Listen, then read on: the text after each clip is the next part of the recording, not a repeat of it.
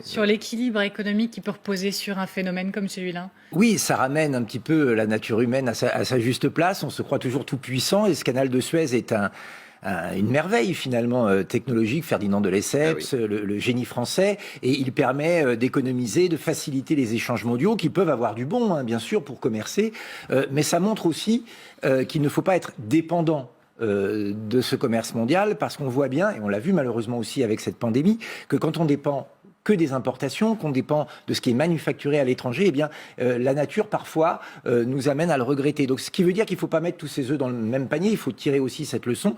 Et puis, s'interroger sur ce commerce par voie maritime. Vous l'avez dit, monsieur Dominique Seux, il y a eu beaucoup d'efforts faits sur la pollution. Elle a été largement divisée. Mais il faut savoir qu'un supercontainer comme cela, en oxyde de soufre, pollue énormément et pollue l'équivalent d'1 million de véhicules. Alors, c'était 50 millions il y a peu, c'est 1 million, donc on fait des efforts, mais en termes d'économie, en termes de dépendance économique et en termes de pollution, il faut aussi imaginer d'autres voies. Et finalement, vous allez dire que c'est une marotte chez moi, mais produire proche du lieu de consommation, c'est à la fois ne pas être dépendant, mais aussi moins polluer la planète. Remise en question. Oui, j'aimerais, alors excusez-moi, je ne vais pas parler de médecine parce que j'y connais rien, mais c'est vrai que les échanges sont concomitants au commerce et que c'est à la base une bonne chose. Après, c'est un problème de curseur. Et aujourd'hui, la balance commerciale de la France, on le sait tous, c'est 80 milliards en déficit. Et donc, on est dans la position de ceux qui importent plus que ceux qui exportent. Et vous l'avez dit, il y a dans ces transports des matières premières que nous n'avons pas en France et qui sont nécessaires à l'industrie. Et on n'a pas le choix que de les importer. En revanche, il y a aussi des produits fabriqués en Chine, 20, 30, 40 fois moins chers que le prix qu'ils sont fabriqués dans des entreprises françaises, qui sont amenés parfois à fermer parce qu'elles ne sont plus compétitives. Et donc, cette image, parce qu'elle a d'insolite, parce qu'elle a d'incroyable, parce qu'elle a de phénoménal, montre bien aussi parfois l'aberration du système dans lequel on est entré, et remettre le curseur vers un peu moins de produire pas cher et très loin, et un peu plus de produire chez nous ce qu'on peut, permettrait quand même pour la planète et pour nos entreprises de revenir à un équilibre plus juste. Je voudrais vous montrer, Jacobelli, est-ce que vous voyez un parallèle avec la crise du Covid, avec tout ce qu'on s'est dit sur notre incapacité à mettre la main sur certains produits, à réagir à la situation parce qu'on dépend de l'autre bout du monde? Oui, quand tout va bien, tout va bien. Et quand il y a des crises, qu'elles soient sanitaires, là, c'est un bateau qui échoue, on se rend compte à quel point on est dépendant au point de ne plus pouvoir vivre sans l'autre. Et c'est là que c'est grave. Vous preniez l'exemple du pétrole. Bon, c'est vrai que la route du pétrole, c'est aussi, je crois, à hauteur de 10%, la route du canal de Suez. On essaye aujourd'hui de se détacher de la dépendance du pétrole, notamment avec les voitures électriques. Or, on quitte une dépendance pour une autre. Dans la voiture électrique, on utilise des batteries qui sont constituées notamment de terres rares, qui sont produites à 95% en Chine, dans des conditions d'ailleurs déplorables pour l'environnement. Ce qui veut dire que l'Europe, et c'est peut-être ça que disait l'article que vous évoquiez, aujourd'hui n'est plus indépendante, elle dépend des autres et elle se met dans la main des autres, notamment pour des questions financières. Et c'est ce qu'on a vu très bien dans la crise sanitaire. On n'est plus capable de produire un masque, plus capable de produire un vaccin, et même quand on produit des masques, le gouvernement les achète en Chine parce que c'est moins cher. Alors, et c'est une vraie faiblesse. Vous remarquerez que les pays qui s'en sortent et qui progressent aujourd'hui sont les pays qui sont fiers d'eux-mêmes et qui croient en leur industrie. États-Unis, Royaume-Uni, Israël, Chine, Inde et Russie. Tous les pays qui dépendent des autres sont ceux qui ont un peu abandonné leur souveraineté et leur patriotisme, j'allais dire. C'est quand même assez frappant. Moi, j'espère en tout cas que ce n'était pas un pari, parce que l'objet du pari, ce sont des vies humaines, et je ne peux même pas imaginer. D'ailleurs, faut être tout à fait honnête, le gouvernement récuse ce mot de pari. Donc voilà, on peut être un opposant politique et quand même ne pas prêter ce genre de triste dessein au président de la République. En revanche, force est de constater quand même que entre les ambitions et les objectifs et les moyens mis en œuvre, il y a un écart. Dire il ne faut pas fermer les écoles. Évidemment, on applaudit des deux mains, parce que fermer les écoles, ça veut dire des enfants qui sont à la maison avec des parents en télétravail, et ça crée des problèmes. Ça veut dire hausse des violences contre les enfants, ça veut dire décrochage scolaire. Tout ça, on est d'accord, mais il fallait mettre en place une politique pour ne pas fermer les écoles. C'est-à-dire avoir des protocoles sanitaires compréhensible par le personnel et respectable, au sens où on peut le respecter. C'est-à-dire que, par exemple, les normes sur les réfectoires ne peuvent pas être respectées par beaucoup d'écoles. Ce qui est mis en place dans les classes ne peut pas être respecté par beaucoup d'écoles, notamment dans les petits villages. Et puis enfin, pourquoi on n'a pas fait des autotests massifs pour les élèves? Il y a 6,5 millions, 6,6 millions d'écoliers. On fait 150 000 tests par semaine.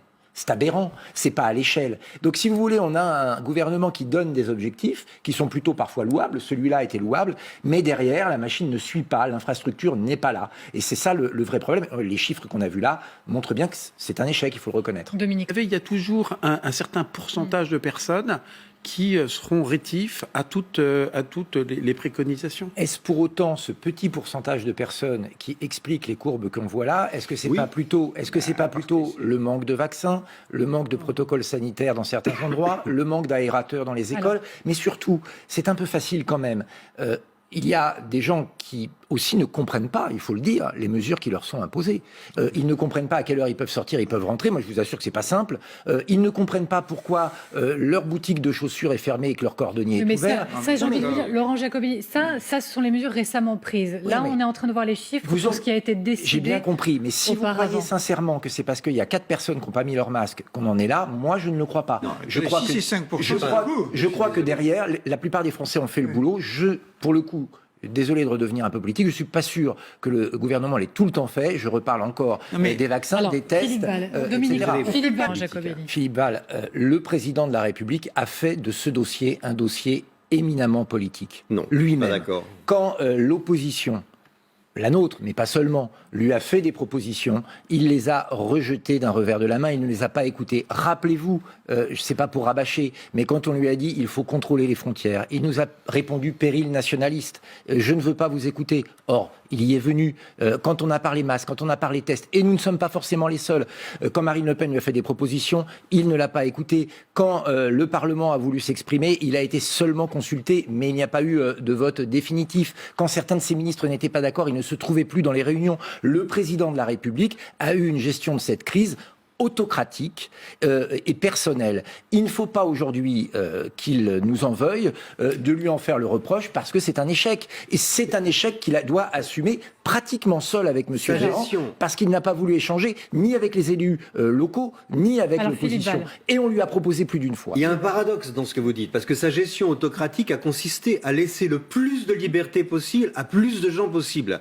Alors c'est paradoxal ce que vous dites. Non, c'est pas paradoxal. C'est-à-dire que ça, il l'a décidé seul. Et quand je dis qu'il en a fait une question idéologique, c'est que la gestion des vaccins par l'Union européenne, et il ne veut pas revenir dessus, alors que pratiquement tous les pays maintenant négocient en direct. Il en a fait une question idéologique. La fermeture des frontières, il en a fait une question idéologique, alors qu'on parle là purement et simplement de sanitaire. Là, il y avait la possibilité de travailler avec tout le monde, les élus locaux et l'opposition, parce qu'on n'est pas pour, on n'est pas contre le virus. Messieurs, j'ai pas encore entendu la voix de Dominique.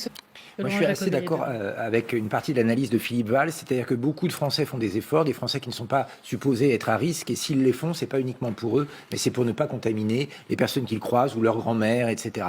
Et très honnêtement, beaucoup de familles et beaucoup de personnes ont été endeuillées par cette maladie, soit directement, je le disais, dans la famille, soit parce que des amis, soit une connaissance, et je pense que personne n'est réellement indifférent à cela.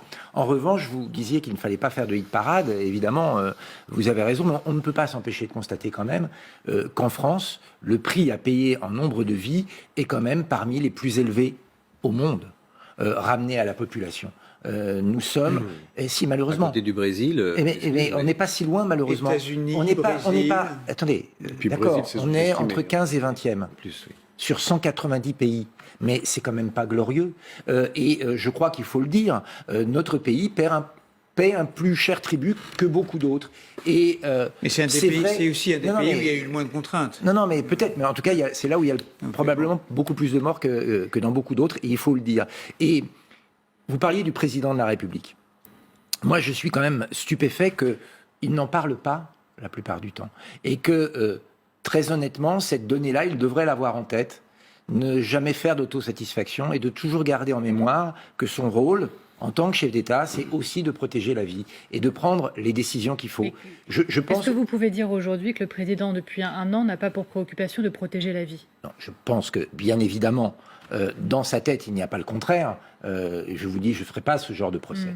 Je pense qu'en revanche, les exercices d'autosatisfaction auxquels on assiste de M. Véran et de M. le Président de la République me semblent complètement en décalage avec cette réalité que nous voyons en statistique, qui est terrible, c'est qu'entre 300 et 450 Français meurent chaque jour de cette maladie. Dominique Seux.